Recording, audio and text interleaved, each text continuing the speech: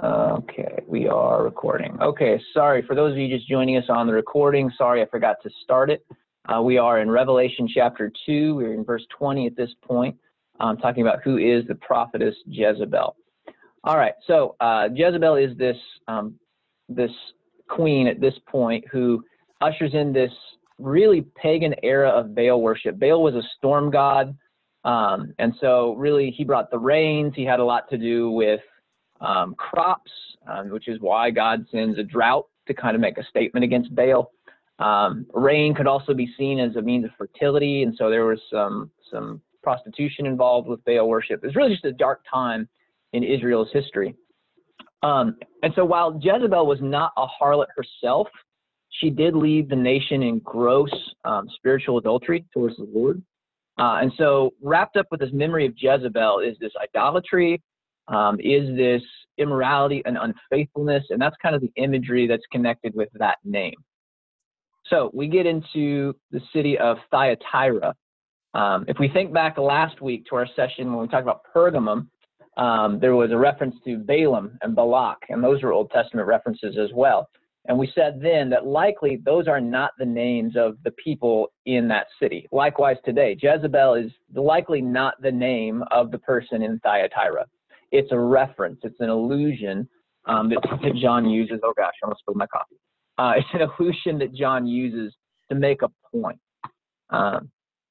She is a false prophet who is leading God's church, God's people, into sexual immorality, as Jesus calls it, and eating food sacrificed to idols. And so you can kind of see the parallels there between the Jezebel of the Old Testament and the Jezebel, quote unquote, of Thyatira. The impacts and the themes are the same between those two characters.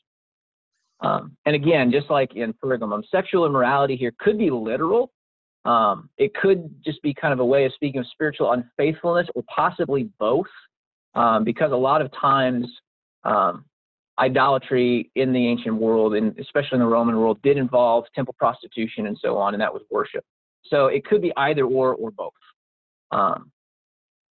So what specifically, like what kind of idolatry is she leading the Christians into? And that's a really important question, because it really gets to the struggle that this church is facing, and where this temptation of compromise is for them. Thyatira was, it was a mercantile city. It was located, I believe there were some significant crossroads. It didn't really have high gates. It had some gates, but it was really just this center of commerce and trade. And its economy relied primarily upon these things, as well as crafts and trades. Those in particular were really significant.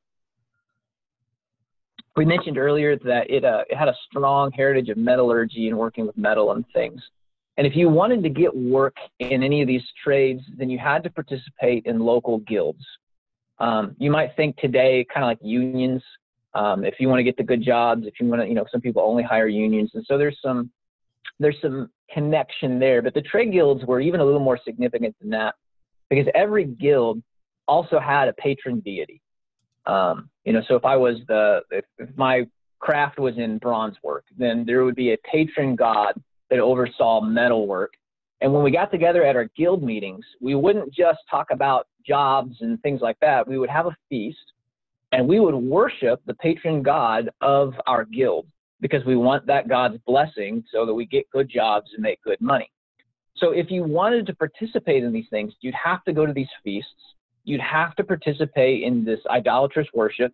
Potentially, there was temple prostitution involved there. So if you're a Christian and you happen to also be a metal worker, you have a really difficult choice that you're faced with here. What is it? I mean, if you're in that situation, how do you see the choice?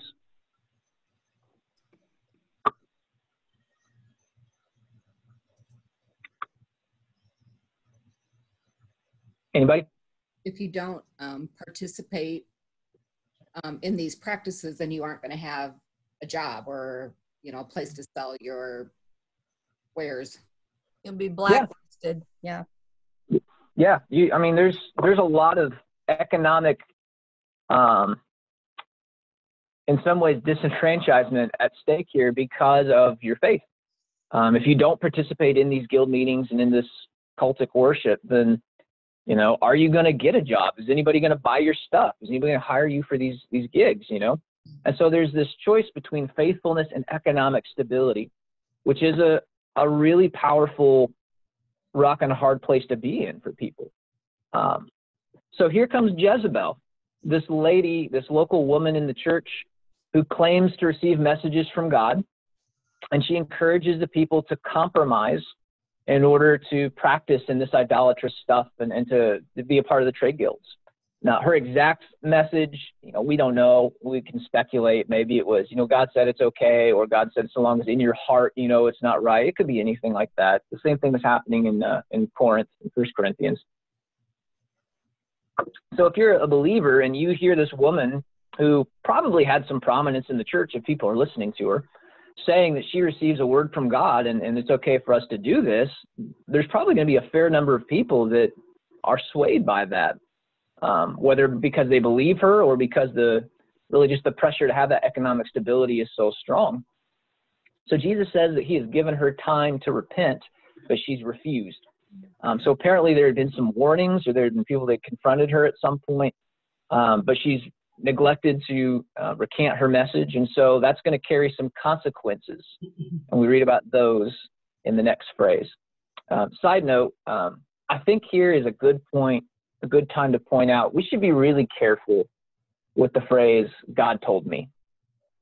Sometimes we throw that around maybe a little too loosely or haphazardly. God told me this, or I feel like God told me or gave me this message. Here's a woman who is saying, God told me, but it's not something God told her. When you're wrong about something, you say, well, God told me this, and it's not true. We malign his name, and we prove ourselves to be in some ways false prophets. Yes. And I don't know if we always consider the real consequence of that. You know, saying God told me is not a small matter. And so I just say that as something I've tried to keep in my mind too. Just, I think humility really, when we approach what we feel are promptings or leadings from God, humility is really the key there. And that's just an aside, you know, something I thought about as I was reading through this. So let's see what Jesus' warning and the consequence to Jezebel are. Verse 22. So I will cast on her a bed of suffering, and I will make those who commit adultery with her suffer intensely, unless they repent of her ways. I will strike her children dead, then all the churches will know that I am he who searches hearts and minds, and I will repay each of you according to your deeds.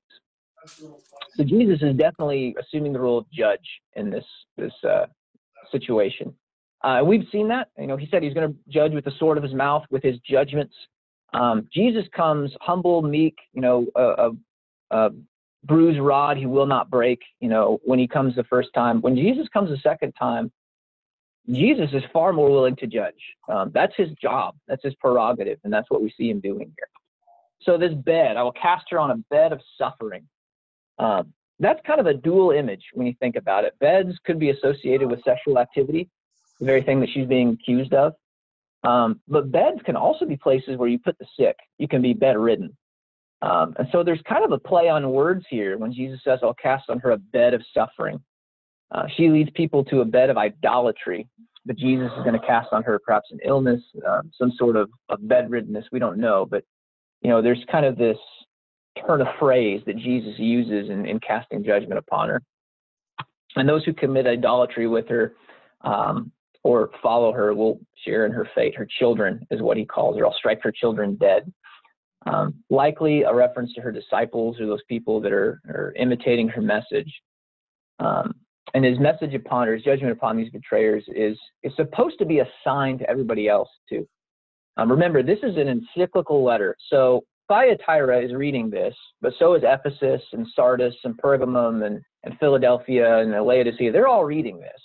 And so every one of them is at some point going to face this temptation of compromise in some form or fashion. We'll see that when we're done. And this message, while it is directed at Thyatira, is also one that speaks to the other churches as well. Jesus is very gracious, but he's not blind. He says, everyone will know I am the one who searches hearts and minds. And this is really a statement for everybody to heed. Do we know historically what happened in these churches? I mean, Yes, I don't. yeah. But yeah, there are records of how the churches developed. We can read the church fathers, and there's some mentions of them. If you go far enough in history, you can see eventually what happened. Most of these churches were destroyed. It was what was the time period? They're located in what's modern day Turkey, and so as Islam grew and really took off, that's when things became intensely difficult. And I forget what exactly it was. It was before the Crusades, but most of these churches had been sacked or converted to mosques or something by then.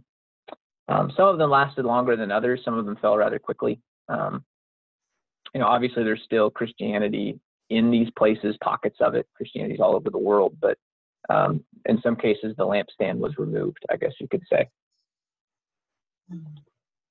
Or that's what it appears to be from the outside looking in. Yeah, there is a better explanation. I just don't recall it off the top of my head. So let's see, because not all bad news. Let's see what Jesus has to say as he wraps things up. Now I say to the rest of you in Thyatira, to you who do not hold to her teaching and have not learned Satan's so-called, quote-unquote, deep secrets. A side note, I'm not going to impose any other burden on you. Only hold on to what you have until I come. So here we have a new phrase, deep secrets. Man, secrets are an enticing thing for people, especially in some spiritual circles and in faith circles. To have secret knowledge was really the kind of the lure that Gnosticism used. If you're familiar with Gnosticism, it's a philosophical / religious movement that developed really in the 2nd century. So it kind of the roots of it start during this time period of Revelation, but really it blossoms a few decades later. But Gnosticism was this ideology that said we have secret knowledge about God, and by having that knowledge, that secret knowledge, we ascend to some other higher echelon of the faith. It's crazy. But deep secrets are very tempting things. They're also secret religions, which sound very mystical, that we're operating in or mystery religions is what they're referred to, that are operating in this region and in this time period. There's a lot of them. Really, the mystery religions were just religions that said we have secrets or we have deep mysteries, and if you come join our religion and give us $5,000, we'll teach you the deep mysteries of the faith. We might have some examples of those today. So it seems like this false prophet, she said, I have some deep secrets. God told me some stuff. And remember, the New Testament wasn't a thing at this point. It was the Old Testament.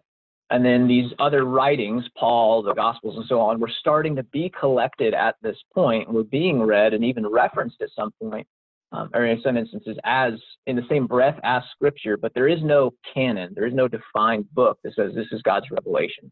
So it would be a little easier for somebody to say, God gave me a message, and then to be taken very seriously on not just hey, I think this is a spiritual thing, but this is a revelatory thing from God. Maybe she claimed that they are deep secrets of God. Jesus just calls it what it is, deep secrets of Satan. This is not of me, in other words. And so and this is important too. He doesn't repeat these things. He just says they exist. If you haven't heard them, I'm not going to put that burden on you. Just hold on to what you already know. And I think that that's a great example for us to learn too of sometimes what we refer to as the strong or weak brother and sister. And I don't even like those words because in our culture, those have different connotations. We'll call it the developed and the underdeveloped, or the developed and not yet developed brother or sister. We all have areas of our life where we're really strong, where we've grown, where God has blessed us, He's stretched us, He's grown us. But we also have areas of our life where maybe we're not as developed yet. Sometimes knowledge is one of those areas. Maybe you're new in the faith, or you haven't been exposed to a lot of study yet, and you're growing in your understanding. There are a lot of complex ideas and nuanced ideas in the world of theology that are really exciting and really can be very beneficial. However, there's a lot of groundwork and conceptual things and framework that needs to be built in order to understand the nuance of those things. So if a new believer, if we were to walk up to them and say, well, yeah, there are grammatical errors in the Bible, well, that's going to freak a lot of people out. And that's really going to shake their faith potentially. Now, if you understand the nature of how the Bible developed in its literary form, and you can understand kind of the process of how scholars and archaeologists and really just people throughout history have transmitted those texts, you find that A, they're not big errors, and B, none of the errors really make any difference. And I think it's about 95% of it is identical across the board. So, there's information, what we might call secrets, that can be detrimental to people. So we just want to be aware of that while we're sharing things. Maybe even in this study, I apologize if I do this. We may talk about some concepts, or we may introduce some ideas that maybe are very foreign to us, or maybe we're like, oh gosh, I'd never heard that before, and it might cause us to take a step back and to reevaluate some things. So if that's the case, I'd encourage you to just reach out and let me know, and I'll gladly help you navigate those waters. Good? Okay. Let's wrap this up. To him who overcomes and does my will to the end, I will give authority over the nations. He will rule them with an iron scepter. He will dash them to pieces like pottery, just as I have received authority from my Father. I will also give him the morning star. He who has an ear, let him hear what the Spirit says to the churches. So, same form as the other letters. Jesus has his introduction, he has his compliments, he has his warnings, and now he has his promises to the overcomers. Overcomers in Thyatira are promised, and it is in Thyatira, but it's promised to everybody. This is just specifically tailored to this message. Overcomers receive the authority to rule. Jesus quotes in verse 27 from Psalm chapter 2, verse 7 through 9. And it's that bit about ruling and smash them like with a scepter. In this early Jewish/Christian context, that was understood to be a messianic psalm. We don't oftentimes think of Psalm 2 as messianic today, or we don't reference it as much, but in the early church era, they looked at that and they saw a precursor to the Messiah. And in that psalm, it's basically this God figure is given authority to rule over the nations. So it fits Jesus pretty well. So he receives this right to rule from the Father. And what Jesus says is, I will share that authority, essentially, which is really a cool thing that we don't talk about a whole lot. We will in just a minute. Overcomers also will receive what Jesus calls the morning star. And we might say, well, what is that? Again, we mentioned this earlier with the lampstands and so on. Sometimes the book of Revelation interprets itself, and it'll give us these images. And then if we keep reading a little later, it'll kind of tell us what those images are. In the case of the lampstands, it was in the same chapter, which is very convenient. In this case, it's not really till the end of the book that we hear this phrase, the morning star, referenced again. It's in chapter 22, verse 16. It says, I, Jesus, have sent my angel to give you this testimony for the churches. I am the root and the offspring of David and the bright morning star. Jesus could just be very well referencing himself and his authority when he says, I will give you the morning star. To be the root and the offspring of David, that's King David of the Old Testament, that's kind of a way of saying I'm the one that sits on the throne.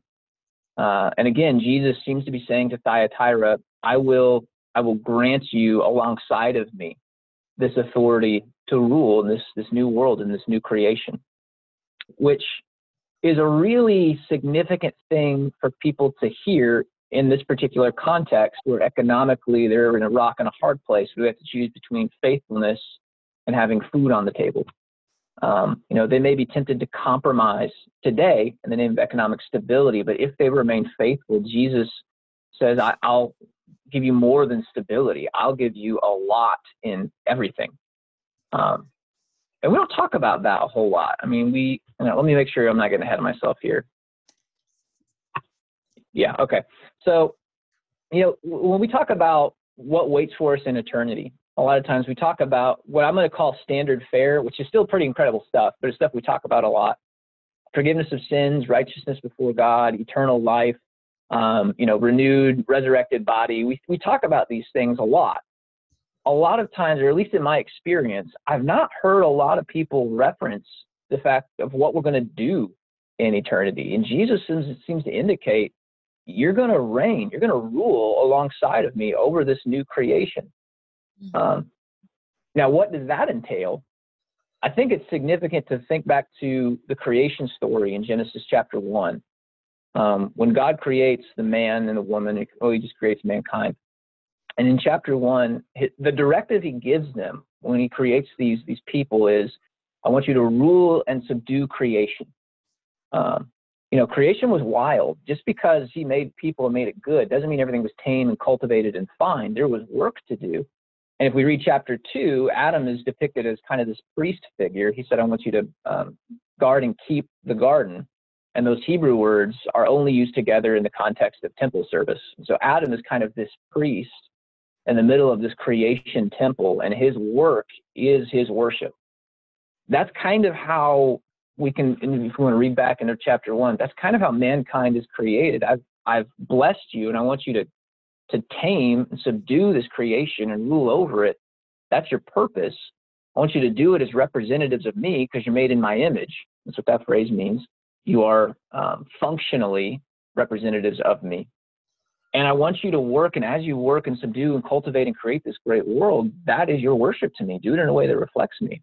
That sounds like an awesome time to just have this raw, untapped eternity where we get to create and cultivate and make and define and refine. And, that's kind of why we were made. And that seems to be what Jesus is alluding to here, if my understanding is right, because there's just so much similarity between that first creation, what we're going to call an archetype for people, and what Jesus seems to be calling us to and promising us here in Revelation.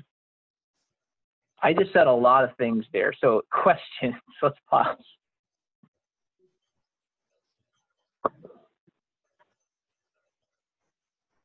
Well, it does say he will give him authority over nations in 26, not just creation. Yeah. So that seems like some kind of governmental organized over people. And that word nations too, we need to understand that the idea of geopolitical entities did not really exist at this time. There were empires and powers, but they weren't really ever locked down to one geography. They lived in a place, like Rome is always Rome. But Rome sometimes could be Italy, it could be the empire, before the turn of the AD, it could be the empire 100 years after AD. Rome varied in geopolitical understanding, but the power of Rome and the people group, we'll say, of Rome always remain the same. And so when we talk about nations, the Greek word is ethne. It's where we get our English word for ethnic. We're talking about people groups, really.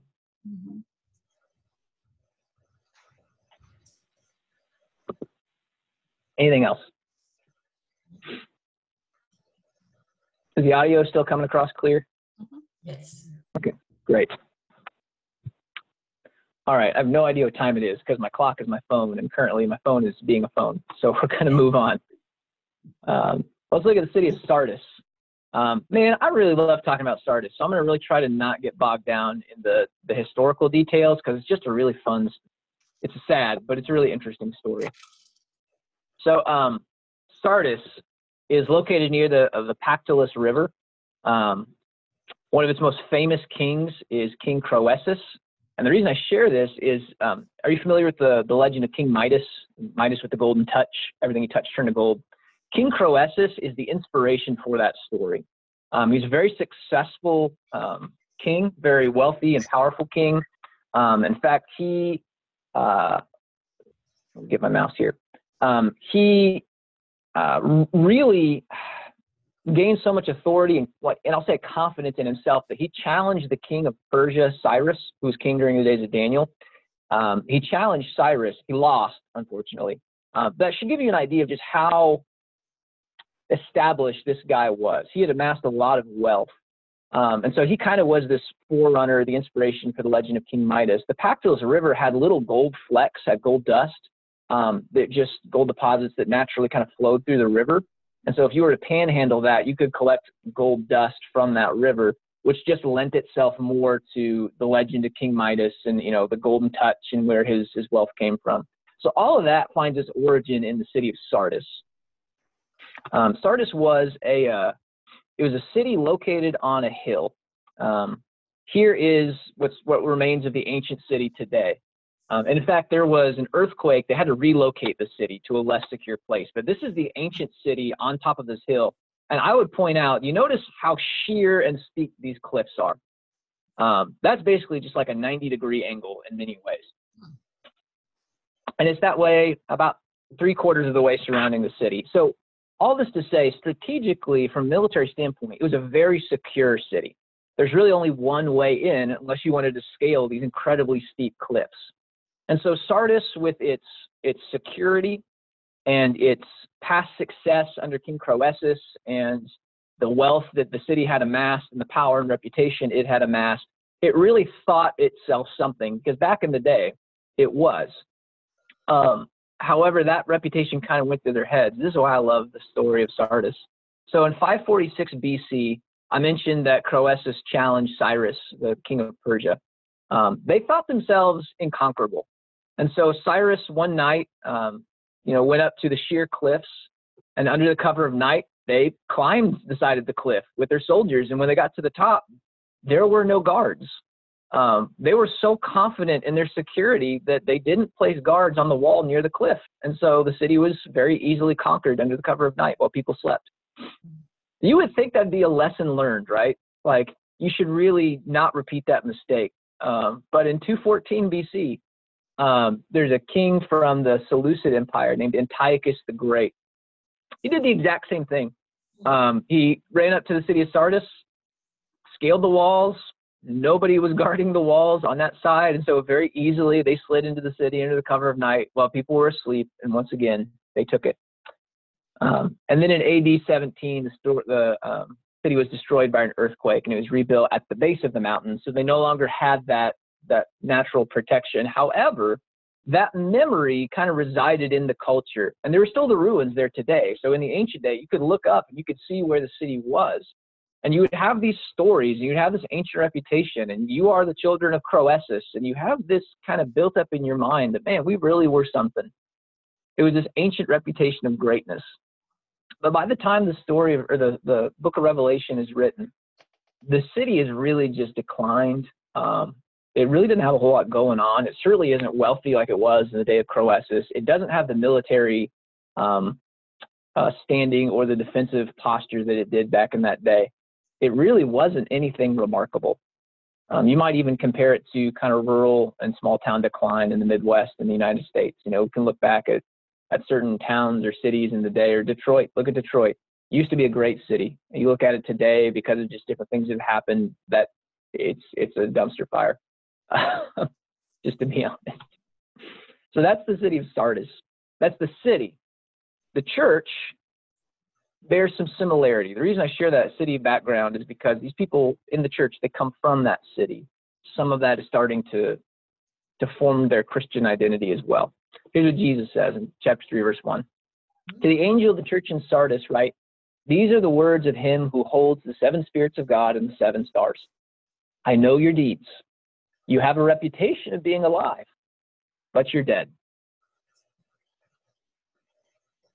So again, this is a case of reputation versus reality.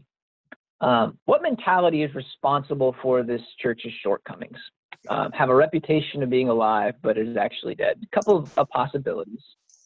Could be that they are just lethargic about the demands of faith in a pagan culture. You know, sometimes you coast, or you don't really see the big deal in trying to distinguish yourself and practice holiness. That's a possibility.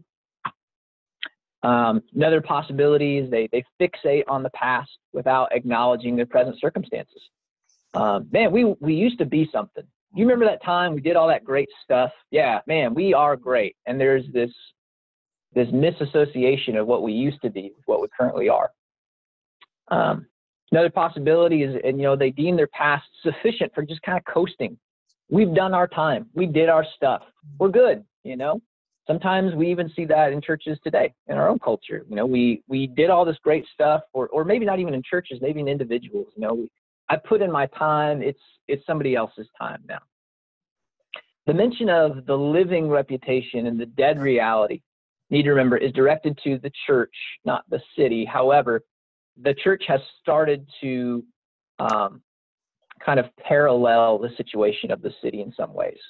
Now, just as the city had this ancient reputation of greatness and presently was in decline, the church has kind of adopted many of the same mentalities and the same stances in their assessment of themselves.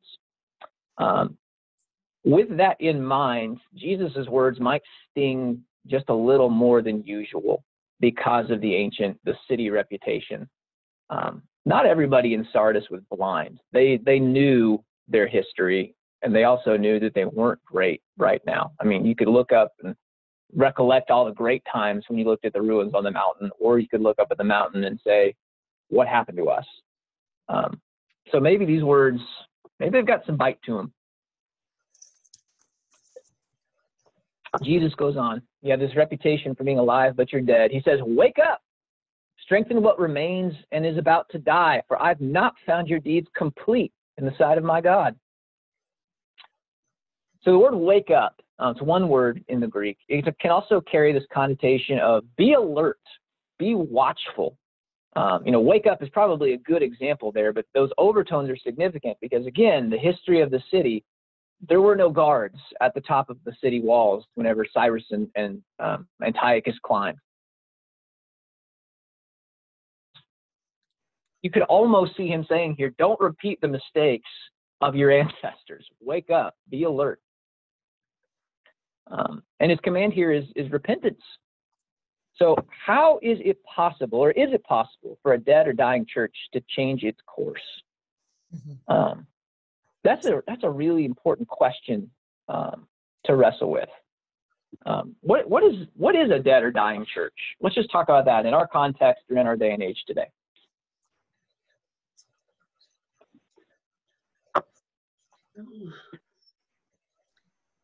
Where the members aren't personally maturing, they're just kind of doing the motions. Yeah, I would say that that's a good indicator. They're not reaching out. Yeah, become insulated from the outer world. That's a good sign. And by the way, that can be in our budget, can be if we're just spending most of our money on ourselves, there's a good indicator. Excuse me. Living in most the of our spirit. business meetings and what's that? Living in the spirit. Recognize living or not living in the spirit. Homage to the Holy Spirit. Mm-hmm. Mm-hmm. Yeah, there can definitely be a tendency to gravitate more towards maybe the zeitgeist or the spirit of the age versus the spirit of God. Following what's trendy or new. Not every big growing church is a living church. No. No. But likewise, not every small church. There's nothing, found intrinsically holy or superior about a small church either. There's a book I've referenced before, really, really insightful book. It's called The Autopsy of a Deceased Church by Tom Rainer. Short 80-page book, 80, 90 pages. And I can't talk, sorry. He recalls some consultation work he did in the past with one church in particular, where he was called in to do an assessment. They were stuck about some things. And after talking with their board members and their church members and just kind of analyzing their situation and their struggles, he gave them about 5 years before they closed their doors. They made it 10, but they did close their doors. And so in that book, he just recounts kind of the telltale signs of what he saw that contributed to a dying church. And they were all things like, this insular mindset where we just cater to ourselves and our preferences, and this is what we want, and not really looking like the community, not making a lot of efforts to reach out. The budget turned inward instead of outward. Most of the arguments were over petty things and not significant things. And to Roger's point, when a church is, when most of it resembles the same cultural attitudes of self-priority versus the attitude of Jesus, the priority of others, that's a real strong indicator that maybe things are heading south. So we still deal with this today, even in having this conversation. Maybe you think of churches that you're familiar with or that you've been a part of where you've seen some of these signs or tendencies before. In Sardis, this is what we're seeing. It's something along these lines of a church that looks at the past and says, man, we were really something. And because of that, either is not, well, Jesus even says, your works aren't done. They're just not doing a lot of things that a church is supposed to do. Maybe they're meeting, maybe they're going through the motions. Maybe it's, we're doing the same thing we always do because that's what we've always done. That great philosophical answer for everything. But we don't know the exact situation, but we can probably get a sense or a feel of what this church is. Incomplete deeds. Jesus mentioned this twice. He mentions deeds twice when he talks to Sardis. He says, I know your deeds. And after he says, I know your deeds, he says, you're dead. And he says, your deeds are not complete in God's eyes. So when we're talking about deeds, what kind of things are we talking about here? What is a church responsible for doing?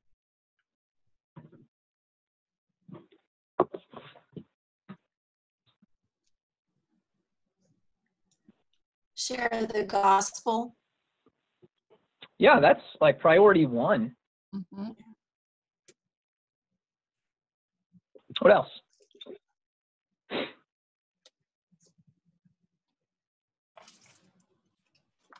Like worship, that's a good one. Discipleship, not just reaching out and bringing people to the faith, but developing their understanding and their place in the faith. Things like justice. Sometimes the social justice activities in a church are looked down upon. I think that in our culture, that's really because some churches err too much to the side of social justice, and that becomes the central focus. But justice is something that God calls the church to, especially in the prophets. He calls his people to take care of the poor. He takes to take care of the widow and the orphan.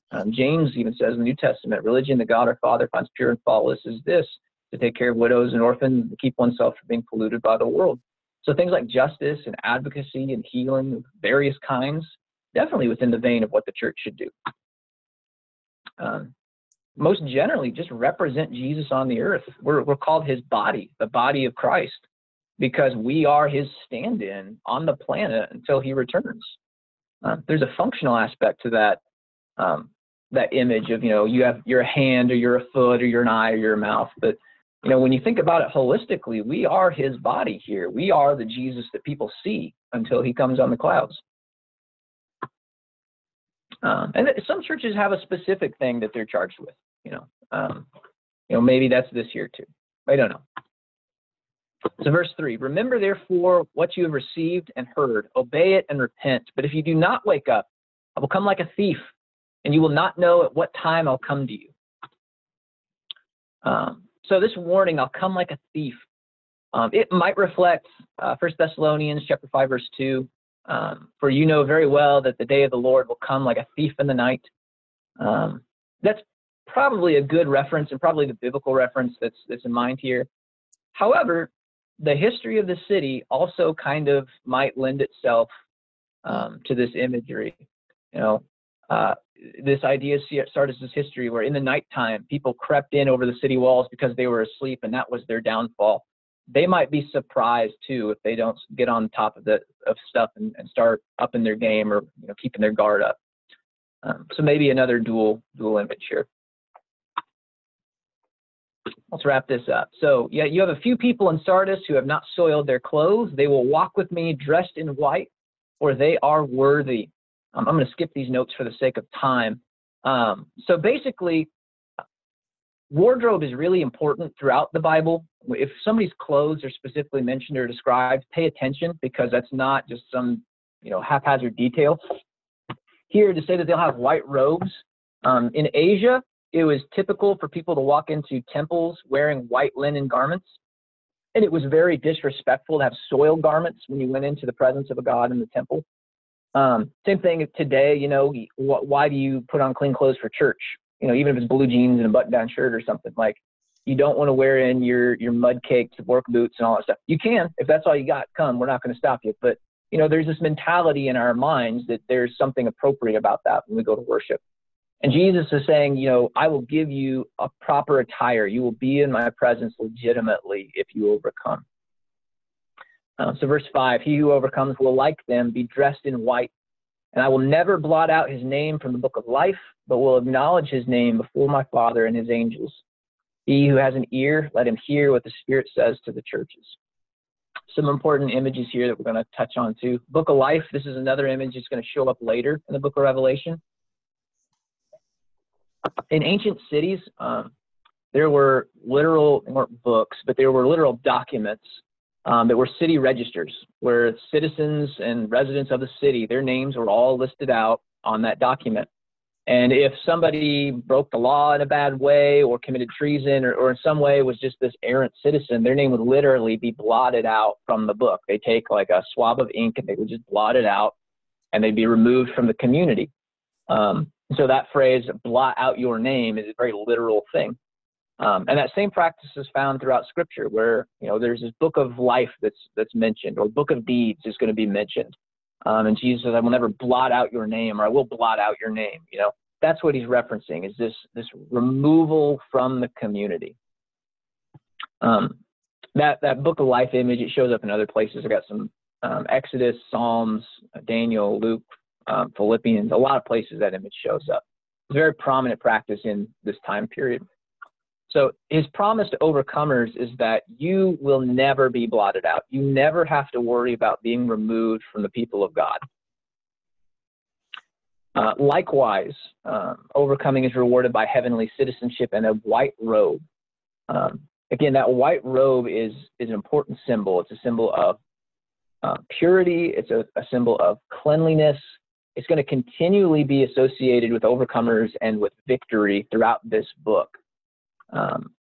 So the Church of Sardis says this will be your reward if you overcome. And what, if based on everything that we've heard from Sardis so far, what would you say is probably the challenge that they have to overcome? If you had to boil it down to a word or a phrase.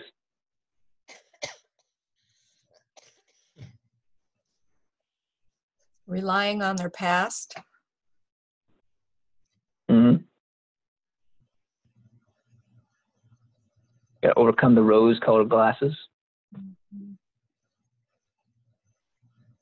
And how is that translating into their practice today? Relying on their past means, what are they doing today? They're just dozing through, not actively doing anything. I see what you did there. You used the imagery. Are they just becoming complacent? What's that, Kathy? Complacent, being complacent. Mm-hmm. That's probably a better word. I've got the word apathy, but complacency is probably the better word. They have this reputation of being alive, but they're not. They're just coasting. They're kind of resting on their laurels, or maybe they're looking back on the past and saying, yeah, we've done our stuff. But the deeds are not done. God has more in store for this church. Salvation is not based on deeds, but because we are saved people, it's not just a box that gets checked next to our name, like, oh, they're saved now. We get brought into a new community of people, into the people of God, and their responsibilities as people who identify with that group of people to do good deeds, to extend God's reign, to advance the kingdom in this world. That's what we do. And that does require deeds. And so this isn't out of place to say that the church is required to do things. Reference to James there, faith by itself, if not accompanied by action, is dead. Just like Jesus calls this church. You have a reputation of being alive, but you are dead. So yeah, we've got a challenge of complacency here. Thoughts or questions before we move on to Philadelphia, which is a much better story. All right, I'm going to try to go quickly through this one because there's a lot of great stuff here, but just for the sake of time, I really want to make sure we get through these today. Chapter 3, verse 7. To the angel of the church of Philadelphia, write, these are the words of him who is holy and true, who holds the key of David. What he opens, no one can shut, and what he shuts, no one can open. Verse 18 is really important. I hold the keys of death and Hades. That's in chapter 1. Here, he says, I hold the key of David. If we think back to verse 18, I hold the keys of death and Hades. What did Jesus mean when he said those things?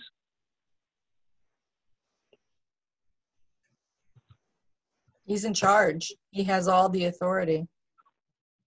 Specifically over what? Death, over Yeah. Satan, over Death and its alternative, life. He is the one that opens and shuts that door, so to speak. So these images of keys, Jesus, we said, introduces himself with an image that's important to the message for that church. He uses a different term, key of David. Probably doesn't have a different meaning, though.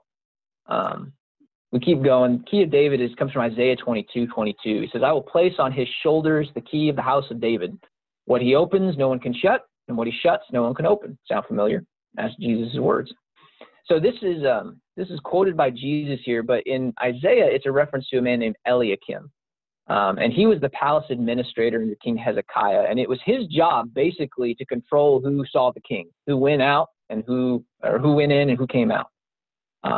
And so if Jesus is using this term here, he's kind of standing in that role of Eliakim. I'm just going to go ahead and answer that question, because he kind of controls who enters in to see the king, who enters in to this heavenly abode to see God. He's in control there. How is that similar to holding the keys of death and Hades, to this power of life and death?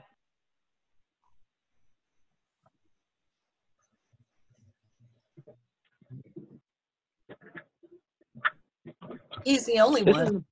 He controls who goes in to be with the Father. Yeah, and there's an important association that Jesus is kind of making here. To be in God's presence is life, essentially. It's not like we can have eternal life apart from God. That's ridiculous. When he says, I hold the keys to the kingdom, essentially, I hold the keys of the house of David, I get to control who goes in to see the Father and who stands in his presence. And he also says, I hold the keys of death and Hades. I control the powers of life and death. He's saying the same thing. Mm-hmm. To enter into the kingdom of God and to enter into God's presence is to have life, life to the full. And that's a really important connection to understand even today as we start to live out this faith. This promise of eternal life isn't something that we just like, okay, I'm going to live forever without pain. That's great. It really is. And it's not even a simple matter of I'm going to see my deceased loved ones of the faith again, though you will, and that's great. The real joy of eternal life is that we will spend eternity in the very presence of God himself, who is life, who all life and joy and good things emanate from. And that's something to keep in mind today as we cultivate life, because, Jesus doesn't seem to indicate that eternal life is something that starts someday after you die. You have eternal life right now. This gift is given to you today. Now, your body will die. He says in John 11, I think he's talking to Martha and Mary after Lazarus dies. He says, I am the resurrection and the life. He who believes in me will live, even though he dies. So there will be death, but you live. And he who believes in me will never die. So that seems like two competing ideas, but essentially what Jesus seems to be saying is, yeah, you will have a physical death, but your life that you receive because you believe in me, it starts today. So maybe today our greatest pursuit is to be in the presence of God and to just draw close to him and be refreshed by that and transformed by that. This is a really, really powerful concept. Mm-hmm. Okay. So he says, I know your deeds, talking to the Church of Philadelphia. Sometimes those are scary words when Jesus says those things. But this seems to be a really good thing. He says, see, I have placed before you an open door that no one can shut. I know that you have little strength, and yet you've kept my word and have not denied my name. All good things. In fact, there aren't going to be any criticisms in the Church of Philadelphia. They're doing great. So as the key holder of life in the kingdom, Jesus has placed before this church an open door that no one can shut. That's his judgment. I've seen you. I know what you do. Door's wide open. This is, we'll get there. I don't want to get ahead of myself. So what does he commend this church for? Faithfulness, despite their lack of strength. So this doesn't seem to be a really strong church in a lot of ways. Maybe they're small. Maybe they don't have a lot of influence or pull in their community. Maybe they're disenfranchised in some ways. We're going to see in just a moment. For whatever reason, when people look at this church, they would not look at it and say, yep, they're doing awesome. But Jesus looks at them and says, you guys are killing it. Amen. So what exactly are they doing here? Let's find out. Here's their situation in verse 9. I will make those who are of the synagogue of Satan, who claim to be Jews, though they're not, but are liars. I will make them come and fall down at your feet and acknowledge I have loved you. So these are some fighting words in some ways. Good fighting words, and we'll get into it. So just as a reminder, in the first century, today we have this really strong distinction between Judaism and Christianity. That didn't exist in the first century. Christianity for a lot of years and by a lot of people was just simply seen as a sect within Judaism. Because you can see in this diagram, they have this connection of worshiping the God of Israel, Yahweh. And so for a long time in the first century, Christians, even within the communities, they saw themselves as somewhat similar entities. And so Christians would worship in Jewish synagogues in a lot of times. And that seems to have been happening here in Philadelphia because we both worship the God of Israel. We're just, jury's still out on this Jesus guy, who he is. That changed, though. And part of it was political. And that's maybe not the right word, but it is have some political overtones. So Judaism, because of its documented history of believing in only one God, monotheism, they were given legal exemption from participating in emperor worship or participating in the cult of the emperor. And it was just universally understood. So they had a legal exemption. And Christians, because what we're going to call Christians, because they were under that umbrella of Judaism, they enjoyed that legal protection. They didn't have to go worship the emperor. However, that all started to change around this time period.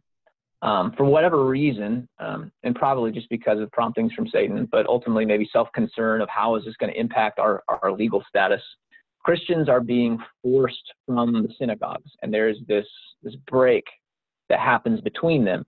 And eventually, time is going to go by. It all starts here, but it doesn't take too long. These are going to become two very separate entities. Judaism, what we're going to call Rabbinic Judaism, if you read biblical studies during this time period, and then what will eventually become called Christianity.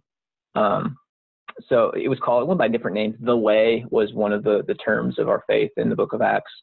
They first called Christians in Antioch. So Christianity, what we'll know it today. They become two very distinct entities because of all of this. Now, removing Christians from the synagogue, saying you can't worship with us because you're different, removed those legal protections as well. So forcing Christians out of the synagogue, along with Jesus depicting himself as the one who holds the keys, that opens a door that no one can shut. This is a really interesting picture that probably resonates with them quite a bit. It may be, in addition to forcing them out of the synagogue, the Jews here may be claiming that they are the way to God. This Jesus guy, whatever. We hold the truth, which was not unusual for Jews to have that mindset in the first century. If you read the book of Romans, there seems to be a lot of emphasis on we have the law and we have the truth and we have the commandments and we have all of these things. And Paul even says these are all great things. So there was this mindset that, we have the true words of God and so on. And so if you're following this Jesus guy, get out. Our understanding is the right way. So Jesus then might be reassuring this early church, saying he holds the keys, not the synagogue. And he opens the door to the kingdom, nobody else. So even though you are being forced from this place where you've worshiped and you're being forced from this faith community and you're being told that your commitment to me is falsehood, I am the one that ultimately you answer to, and I am the one that will reward you for your faithfulness. So put yourselves in that situation for a moment. How might Jesus's validation impact you? What would it mean to you? Oops, sorry.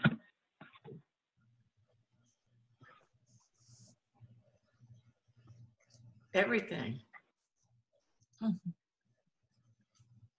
Yeah, this is an incredible bit of encouragement. And Jesus even goes further than this too. He says, I will make those who claim that they're Jews but are not, but are actually following the will of Satan by shoving you out and exposing you to persecution. I will make them fall down before you and confess, I have loved you. And there's kind of this judgment scene, at least as I imagine is kind of playing out. There's this scene where, you stand before the judgment throne and the Church of Philadelphia stands up, and those who shoved them out and made them feel less than, are overwhelmed with the realization, oh my gosh, we got it wrong. And they fall down and confess that this Jesus who holds the keys has loved you. We were wrong. There's some validation. There's some vindication. There's encouragement. There's just a lot going on emotionally in this picture that speaks to these disenfranchised people, not only just to continue in the faith because, you'll have your heavenly reward, but ultimately it will be confessed that you were right. And I don't know, to me, that just stands out as this immensely powerful moment that Jesus is talking about.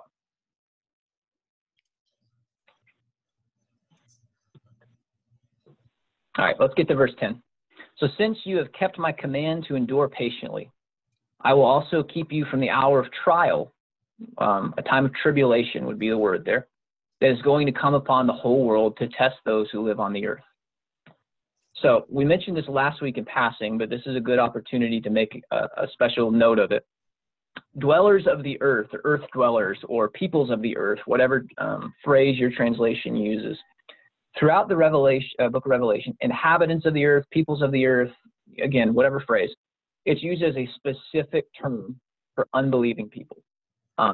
It doesn't mean literally everybody living on earth, Christian, non-Christian. It means specifically these group of people that have aligned themselves with this earth system. So people that have rejected or stand outside the kingdom of God and belong to the kingdom of the earth. So that's the specific group of people in mind throughout this book when that term is used almost exclusively.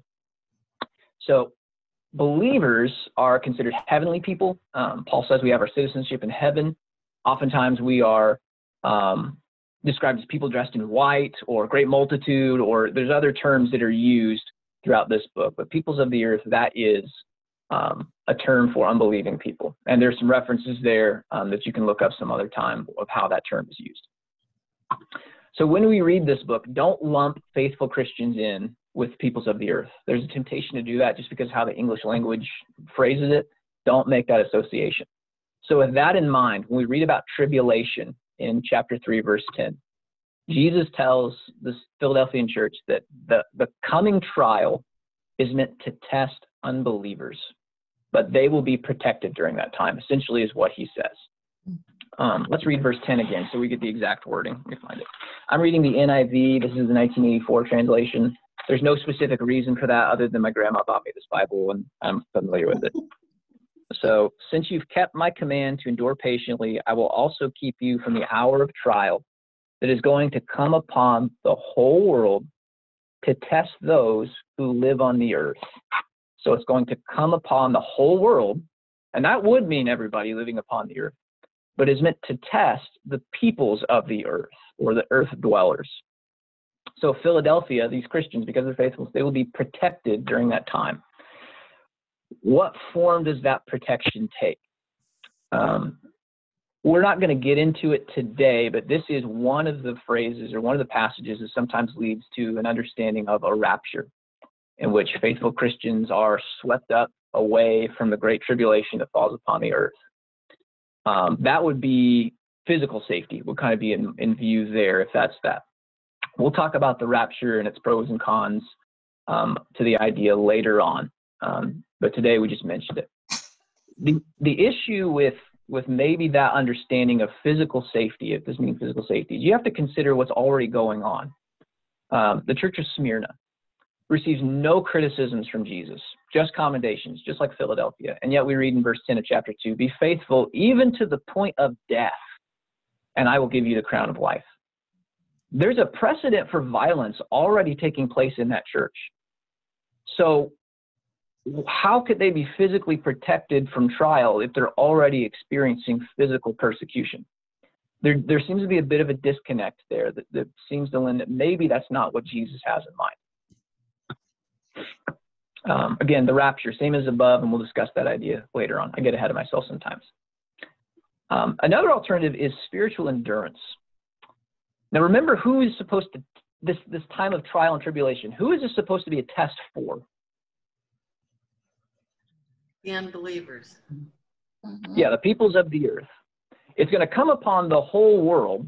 So this tribulation, everybody will experience it, but it is a test specifically for unbelievers. What Jesus says here is you will be protected during that time.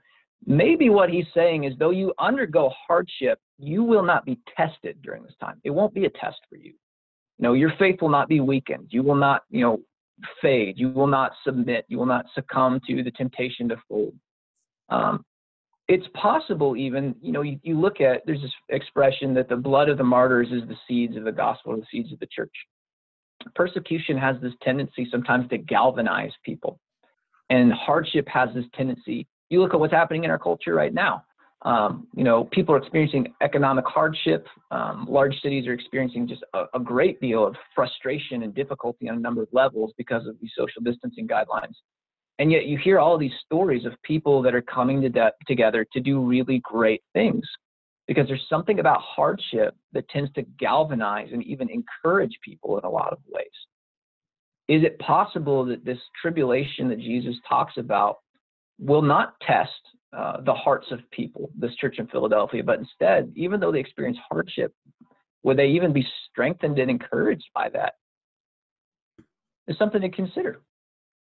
So that's, again, we're not really going to get into the ins and outs of this idea of the rapture and will the church suffer and will it not and so on today. We will later on. Today's just not the best place for it. But those are maybe some ideas to keep in mind as we read about things like tribulation and testing and trial and protection and what those might mean in this book. All right. Wrap this one up. I'm coming soon. Hold on to what you have so that no one will take your crown. Him who overcomes, I will make a pillar in the temple of my God. That's an awesome image. Never again will he leave it. I will write on him the name of my God and the name of the city of my God, the new Jerusalem, which is coming down out of heaven from my God. And I will also write on him my new name.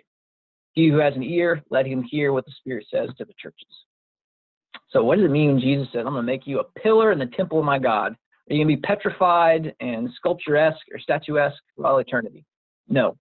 Overcomers will be the temple. The key is they will never leave it. That's really the part that needs to be emphasized. Because what's happening to these people right now? Well, you said they're getting kicked out of the synagogues. Yeah, they're being forced out of their worshiping communities, not just the buildings themselves, but the community of people that they've known and worshiped with for, I don't know, maybe a few decades now. So they're being shoved out, and Jesus is saying, I'm going to make you a pillar in the temple. The temple, by the way, is symbolic of God's presence, and that's not just Christian or Jewish, that's just universal. So when you're in a temple, you're in a God's presence. I'm going to put you in God's presence, and you'll never leave it. That's a powerful dichotomy or a powerful counterstatement that Jesus is saying to the persecution that they're facing today. Yeah, we said all that. I get ahead of myself again, sorry. I will write on them the name. And this has been mentioned too. You'll receive a new name. There are a lot of names mentioned here. Overcomers will receive the name of Christ, the name of God, the name of the holy city. We shouldn't understand these to be three different names. Especially seeing as they're given in quick succession in one verse. There's a theme that's being developed here. Christ and God, it's understandable. They share the same name. They're one and the same. Ezekiel chapter 48, verse 35. This is a vision of this heavenly temple coming down out of the sky. Chapter, what is it, 20? I think it's 20, that we get the vision of the new Jerusalem coming out of the sky. In Revelation, has a lot of similarities. In fact, a lot of similarities with Ezekiel 48 in that vision. The distance all around is going to be 1,800 cubits in that city. There's some math there that we can do later. And the name of the city from that time on will be The Lord is There. So the name of the city is The Lord's There. You might say his presence is there. That's the name. So when Jesus says that I'll give you the name of the new Jerusalem, the name of the heavenly city, this is Ezekiel reference. The name I'm going to give you is The Lord is There. And you're going to receive my new name and God's new name. And you're going to be a pillar that will never leave the presence of God. Do you see the theme that's starting to kind of develop here with these names and these images? These names imply fellowship, dwelling, connection, whatever word you want to put in there. It's this idea of being with God. And so the message here seems to be, church, you're being pushed out, disenfranchised, and you're being, in some ways, excluded from God's presence. But I'm here to tell you, I'm opening the door. Nobody can shut it. And I'm going to put you in God's presence to such an extent that you'll never leave. That seems to be the message to the Church of Philadelphia.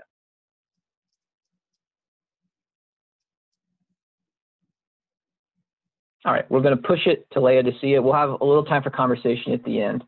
But man, looking back, I did this study once before, and it was like 20 or 30 weeks. I don't know why I thought we could get this done in 10 weeks. But we will. We'll get it done. I'm going to move it to 15 weeks. 15 weeks is my goal. Okay. We may have to skip some chapters, but we'll get it done. Laodicea. Laodicea. All right. So this one is the last church and also the saddest church. Laodicea was a really wealthy city. They had really, their city planners deserve a pat on the back because they had positioned themselves in some ways a great position for making money. They were at this crossroads. You can see on your screen. There was a major city called Hierapolis, which was famous for medicinal things. They had hot springs up there. In some ways, I don't want to call it a vacation resort as if people went on vacation, but it was just a nice place.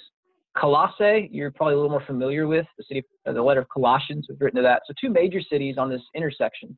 Laodicea is built by the crossroads. What do you know? There was a drawback to this. What do you notice about the nearest source of water on that map? It's pretty far away. It's a little ways So away. it's a little bit of a distance, isn't it? Mm-hmm. So they had great access to money. They did not have great access to water. And so what they did is they piped water in from Hierapolis up here. There were mountains and hot springs and things like that. They piped their water in, which is kind of a modern marvel, into the city. That was their water supply. What you're seeing right now are some ruins of the pipes that they used back in the day. And just to illustrate the issue with piping water in, that pink circle, that's the actual pipe itself. So that's what they had. And all that junk in the middle is sediment, different minerals and things. Monmouth water. Yeah, basically. There's a lot of similarities. So yeah, all of that stuff there, that is just gunk that was piped in. And the city was famous for a lot of things, not all of them good. Their drinking water was terrible. Again, similarities. It was filled with calcium. It was filled with lime. And it wasn't healthy to drink. A lot of historians write about Laodicea, and the thing that they make note of is how sick the water made them. I kind of compare it to Mexico in some ways. Don't drink the water in Laodicea. So that was well known here. Yeah, we did that one. So the other thing that Laodicea was known for, like we said, is their economy. Their economy was booming for several reasons. It was a major banking center in the region. We don't often think of banks as a thing back in the day, but they were. They held a lot of funds and goods, and so that was a major bank there. They're also really famous for silky black wool. They had sheep with black wool, which was really a rarity, and so it was really highly sought after. And today when you can just buzz up to the store and buy a shirt, that might not mean a whole lot, but in this day and age when garments were all handmade, to have something like that, black wool, was really a rarity. And so this was an expensive thing. So they're a bank like Switzerland. Their textiles are like Italy. And then the other thing they were famous for was a medical school that was located there.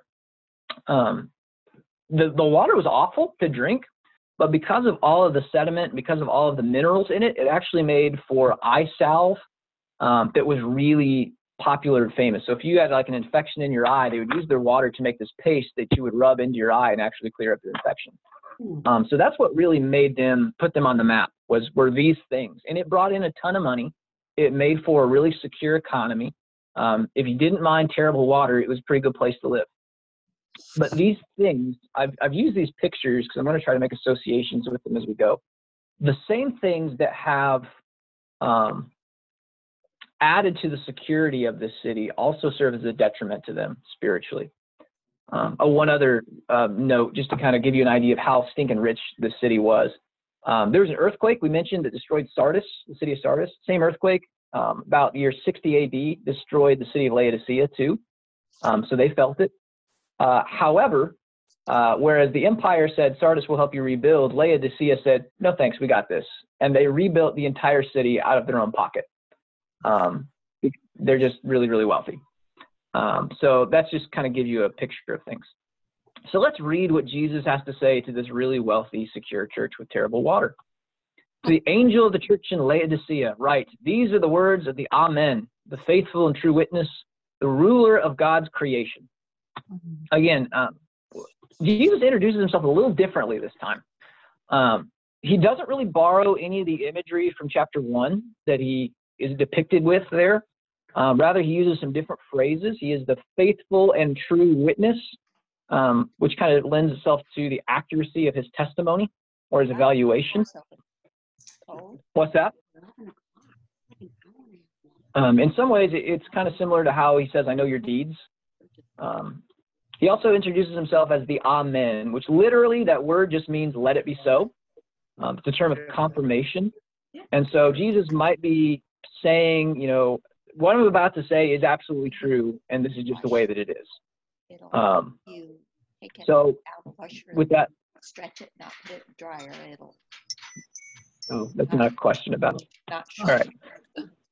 All right. So is this good news or bad news that Jesus accurately ascertains people's situation? Hold on.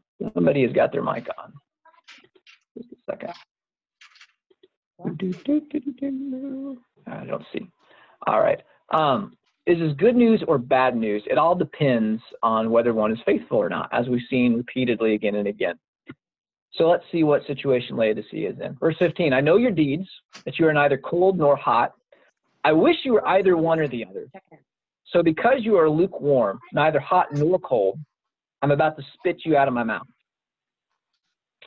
Somebody has a mic on with children or somebody in the background. Could you check and mute your mic if that's you, please? Thank you. So these are some powerful words from Jesus. We're going to break down. No, it's you, Larry. It is us. Mm-hmm. Boom, fixed it. All right, so lukewarm. We've probably heard this phrase, this verse a lot, you know, and maybe we've heard it in different explanations. God either wants you hot for him or cold for him, but he doesn't want you lukewarm. That may not be what this means. So what use might people in this ancient world have had for cold water at this time? What do you use cold water for? Drinking, refreshing. Yeah, I mean, it's great. It's refreshing. It's cold. It's crisp. It did get hot there from time to time. So yeah, you drink it. What about hot water? What would you use that for? Bathing. Clean yourself up. Laundry.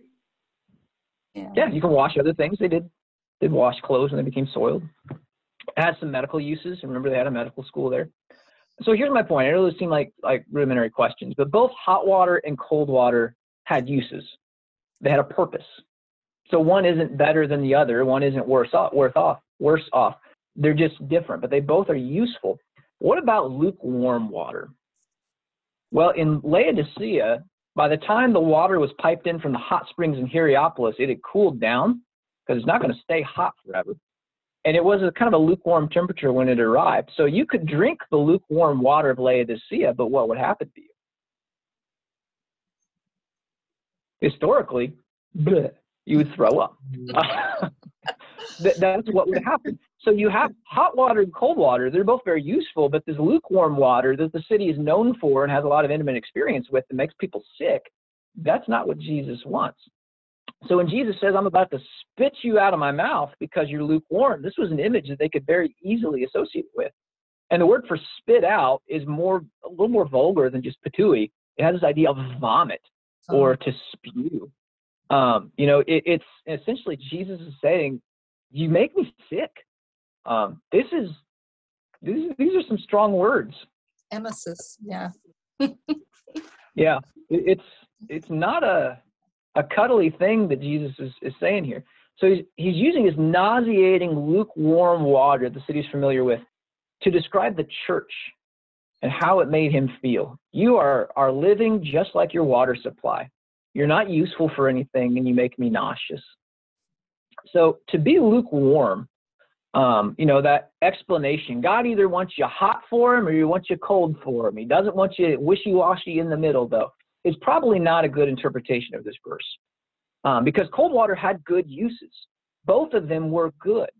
And he's saying, I would rather you be hot or cold. I'd rather you have some use. I'd rather you be useful and good in some way. But instead, you are just like your water supply, not good for anything, and you make me want to hurl. Man, Jesus, what do you really think, right? Like, this is some strong stuff.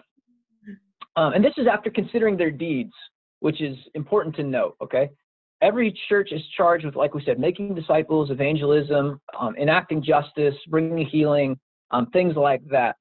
Apparently, this church is going about these things, maybe not going about them, but in the manner that they're going about them is just disgusting in the eyes of Christ. And we get an idea of the attitude that's taking place here.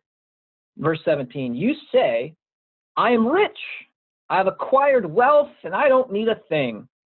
But you do not realize that you are wretched, pitiful, poor, blind, and naked.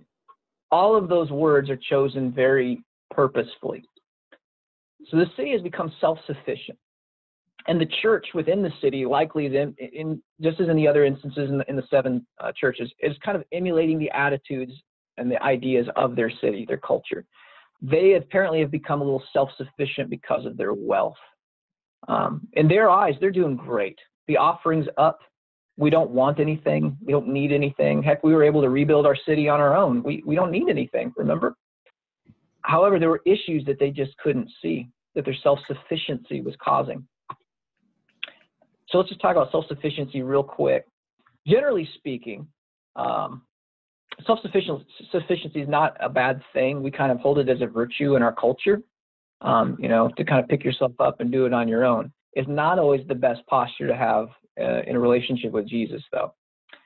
What is it about wealth that can often produce feelings of self-sufficiency?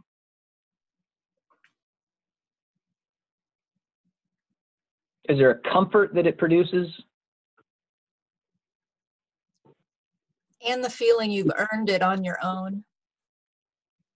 Yeah, one of my favorite sculptures is called The Self-Made Man, and it is a man chiseling himself out of a block of marble. I really enjoy that for a number of reasons, but it's also kind of a falsehood. Nobody's truly self-made. We all have had help somewhere. We've had advantages given to us. But we can convince ourselves, I did this on my own. It's the work of my hands, right? Wealth can eliminate need. It can lull us into a false sense of security and that I have plenty, therefore I'm safe, I'm good. If I get sick, I can afford great health care. If my house burns down, I can buy another one. One of the great eye-openers of the 2008 financial crash was kind of this realization that just because you have a lot of wealth doesn't mean that you're immune from the difficulties and hardships and the twists and turns of life. It was a humbling experience, a hard, unfortunate lesson, but a lesson nonetheless. Why is this self-sufficiency challenging to the Christian walk? I made this alluded to this earlier. So a lack of need, it can diminish our reliance on God. I can do this on my own. I can figure this out. Why is it challenging to a church? Same reason. I mean, as a church, you can come to depend more on yourself and on your weekly offering than on the provision of God and pursuing his desires for you. We always want to encourage healthy giving and healthy giving habits, but at the same time realize that God is the one that provides all the things that we need. And that even if we have plenty of material things, as we've seen in this church in particular, it doesn't mean we're a healthy church, it doesn't mean that we're a growing church, and it doesn't mean that we're actually a good church. That comes from, really just following the Spirit and being in the Word and doing the things that the church is supposed to do. So that's kind of the nature of this challenge as we're kind of seeing here. And the self-sufficiency is judged by Jesus. He calls them wretched, pitiful, poor, despite the fact that they are a banking center, blind, despite the fact that they're famous for their eye healing salve, and naked, despite the fact that they have this booming textile industry in the form of their black wool. So the things that kind of propped up this self-sufficiency in this economy are kind of the things that Jesus subtly attacks here in his criticisms. And he seems to be saying that the economic pursuits that have created this self-sufficiency have become an obstacle to you. And rather than growing to look more like Christ, the people have grown to look a lot like the culture around them, this self-sufficiency that says we can do it ourselves and we're great because we're well off. It's not a great foundation for a church. So, verse 18, I counsel you to buy from me gold refined in the fire so that you can become rich. Now, you have money, but that doesn't mean you're rich. And that gold, again, probably a reference to the banking industry there. I counsel you to buy from me white clothes to wear, as opposed to the famous black wool that you are famous for. Buy white clothes to wear so that you can cover your shameful nakedness. And put salve on your eyes so that you can see. Now, they had medicine, they had salve that they produced, but that wasn't the medicine they needed. Again, Jesus he takes these industries that are producing this wealth and this self-sufficiency and this comfort, and criticizes them and says, look, these things are not what you need to be putting your faith and your hope in. However, if you come to me, I will give you the reality of these things. And he's kind of using language that associates with I guess what they desire in some ways, these desires of wealth and healing and provision and clothing and so on. So I'll give you the real deal. And we might even say the unending version of these things. So what's he counseling them to do?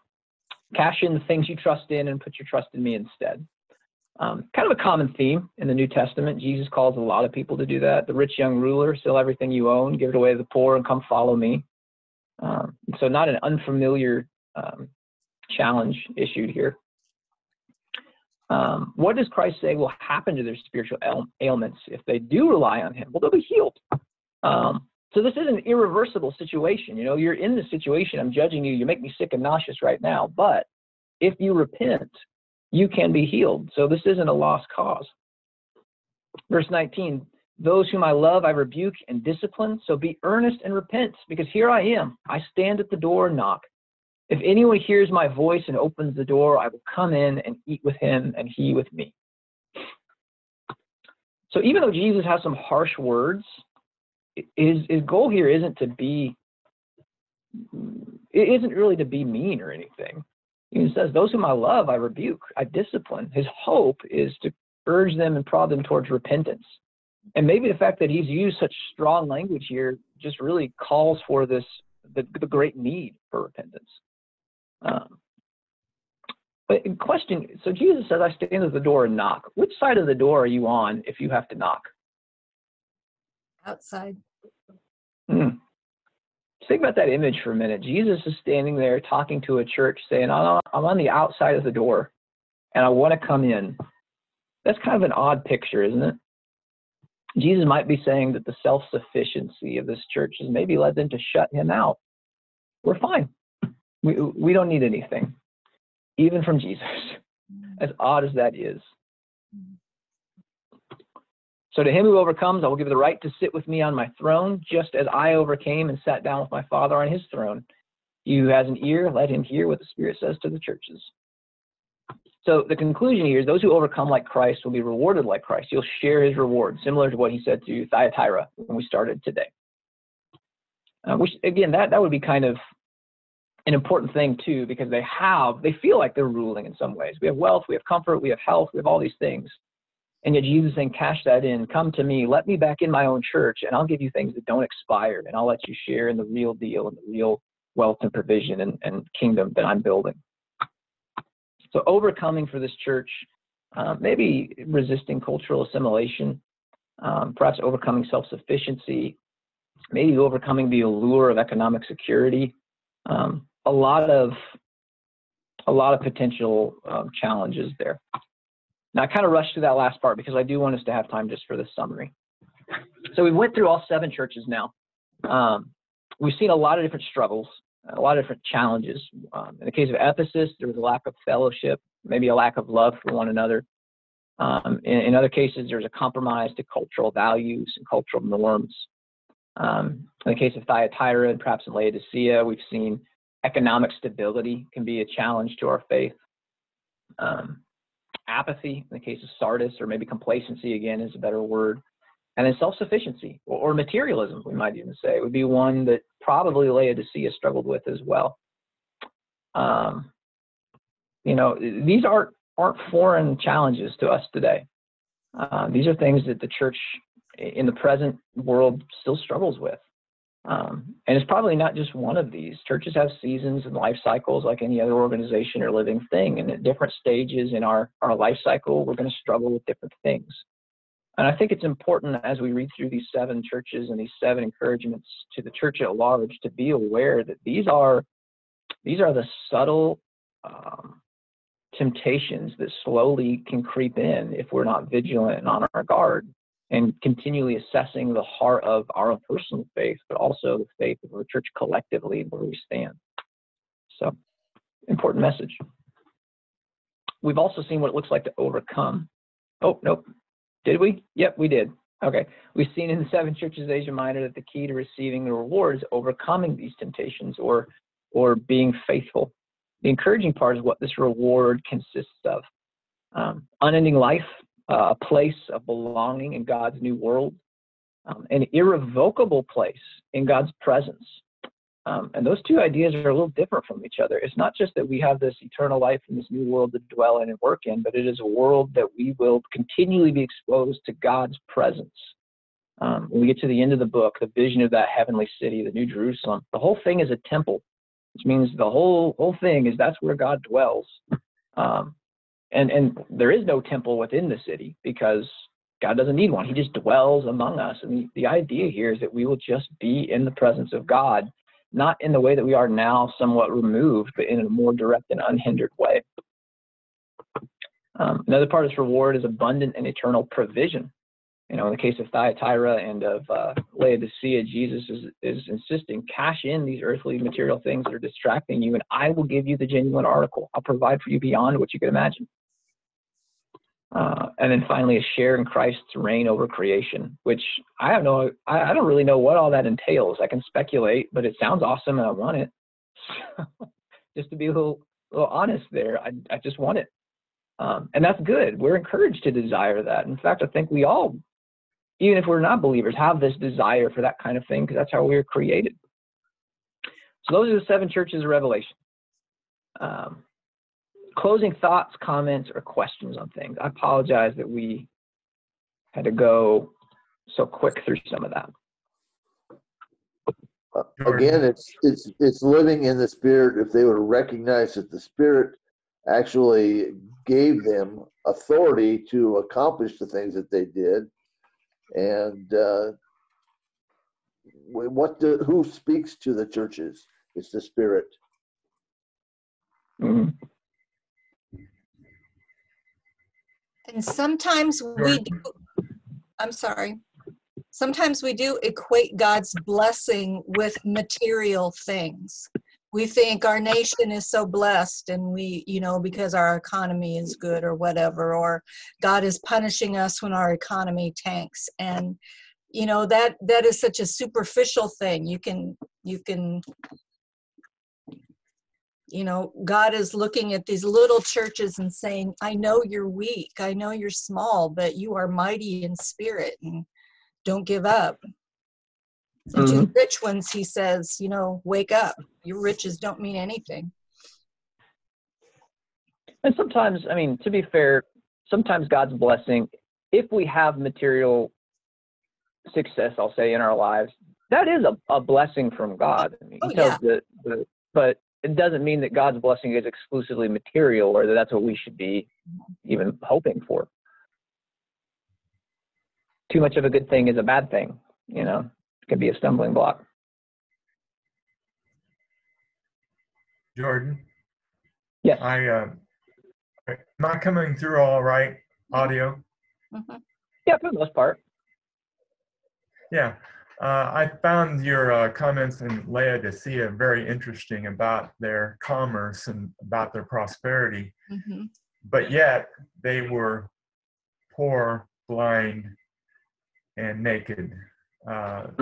I had not drawn that comparison. That was very interesting.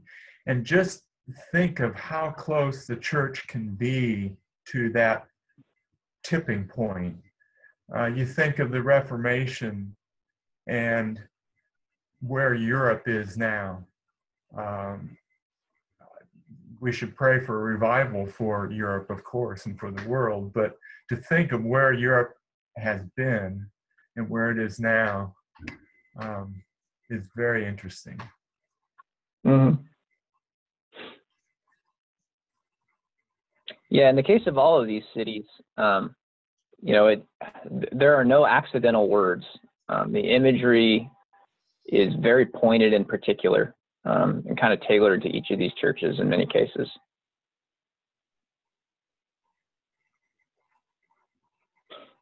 Anything else? Okay, well, next week, we're finally going to move out of 7 churches and we're going to move into heaven. How far are we going to get? We can get through chapter 4 quickly. If I refrain from some comments, we can probably get through chapter 5. That would be a good place to do it. So next week, let's shoot to do chapters 4 and 5. Okay. Little heavenly throne room scene. And I'll refrain from saying anything about that till we get there. So let's